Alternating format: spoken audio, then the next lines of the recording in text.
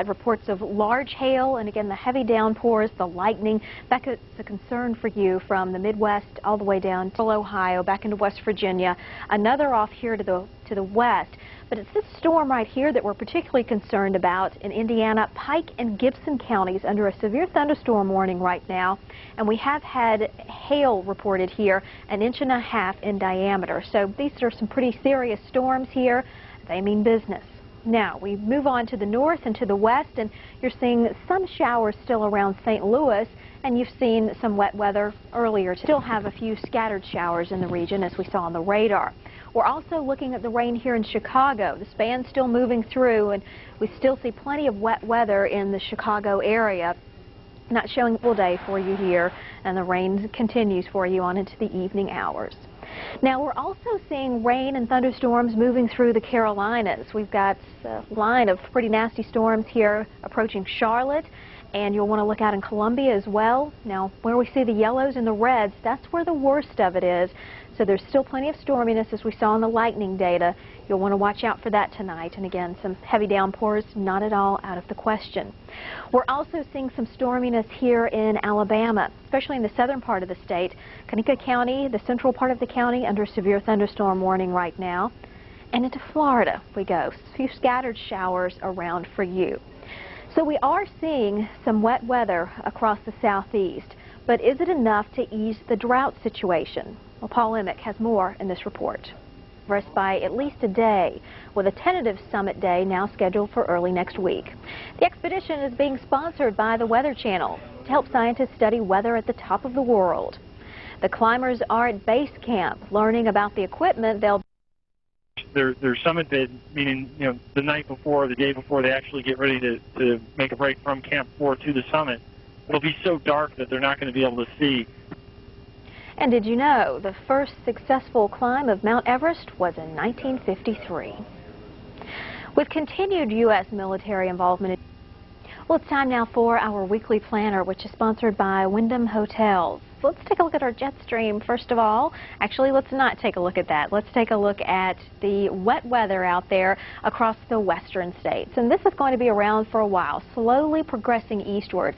But for Wednesday, it's really going to be into Southern California and into Nevada and on into Montana. Some wet weather around with snow for some of the higher elevations. So winter is not over for you yet. As we move eastward, we'll see some windy conditions in Wyoming and Colorado and back into the southwestern states. Now, in the east, we've got another system that we're dealing with here, the same one that's responsible for the storms we're seeing tonight in Indiana and Illinois and into the Carolinas and into Alabama. We've had some severe weather. Well, we think we're still going to see some showery conditions tomorrow, especially through the Ohio Valley and the Midwest, while to the south, maybe a few thunderstorms, especially during the afternoon hours. You'll want to look out for that in eastern Alabama. Sprinkles for you in the Carolinas and on into Virginia. So not a real washout.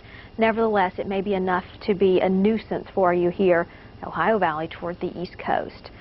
Now, an area of low pressure is going to continue to affect you here on Thursday, especially across the southeast. And the farther south we go, the better chance for thunderstorms. Southern Georgia, northern and central Florida. And then look at the western states. This system is just slowly going to plod eastward. What we've got is a trough in the west, a ridge over the central states, and a trough in the east. That ridge over the central states is really not going to allow this system to make much progress at all eastward. So if you're seeing rain on Wednesday and Thursday, you're probably going to see it on through the weekend, probably, at least the first part of the weekend. So Texas, Colorado, that means wet weather will be around. And notice that this is just not moving much at all on into your Friday.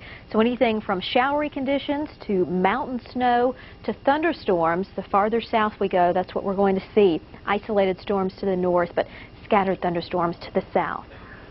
Now, depending on where this area of low pressure in the east goes and how quickly it moves out, that's going to determine how long we see the wet weather. But we do think that on Friday there will at least be a few showers around for you. So some soggy weather here, not at all out of the question, and hopefully That will be winding down on Saturday, although a lot of folks in this part of the country could really use the rain. Now, through the central states, you guessed it, the green's still on the map, so you're still going to be seeing the wet weather here. We just can't seem to get rid of it because of that ridge.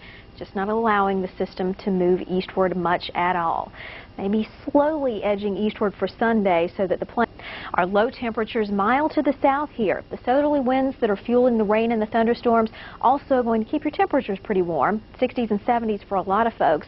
That's going to continue Thursday, Friday, and we think through the weekend too. Saturday still pretty mild along the Gulf Coast, but lots of blue on the map elsewhere, and that's where we're going to see the coolest temperatures. Well, that's it for your weekly planner. It's time now for our weekend outlook, and for that we head to Paul. Thanks, The Carolinas, and we've seen some storms in Alabama too. So a lot going on for folks here in the east, including that threat of severe weather. That's true in the areas in red. Look out here through South Carolina, actually Richland County, central Richland County under a severe thunderstorm warning right now, and to the north you could see severe weather here as well. As a matter of fact, you have a tornado watch in effect, southern Indiana on into Kentucky. That means the potential is there for severe storms, including large hail. We've had hail reported up to 1 3/4 inches in diameter. Also heavy rain, of course lightning, and the potential that some of these storms could spawn tornadoes. In Pike County, so as we just saw, we could really use a lot of rain here, and while we are going to see locally heavy amounts of rain, not the big washout that we need, so hopefully we'll have more rain to come. Well, that's it for the eastern U.S. Now let's head today for the rest of the country. Thanks a lot, Kristina. Here we are, the rest of the country, and well, aside from this, Around 68 in Belgrade, 61 in Sarajevo, and in Skopje, the temperature should reach around 66 degrees. Well, that's it for the weather in Yugoslavia. What about weather in the U.S.? Dave? well, Kristina, let's have a look. County, central Richland County in South Carolina, severe thunderstorm warning for you. But here to the north, we have a tornado warning in effect in Pike County here in southwestern Indiana. You're under tornado watch here in Indiana and Kentucky. That means the potential is there for severe storms that could spawn tornadoes. You could also see large hail. We've had reports of that, heavy rain, lightning, so some rough weather for you. Rain in all of these areas, rain with mountain snow in the west, fog reducing your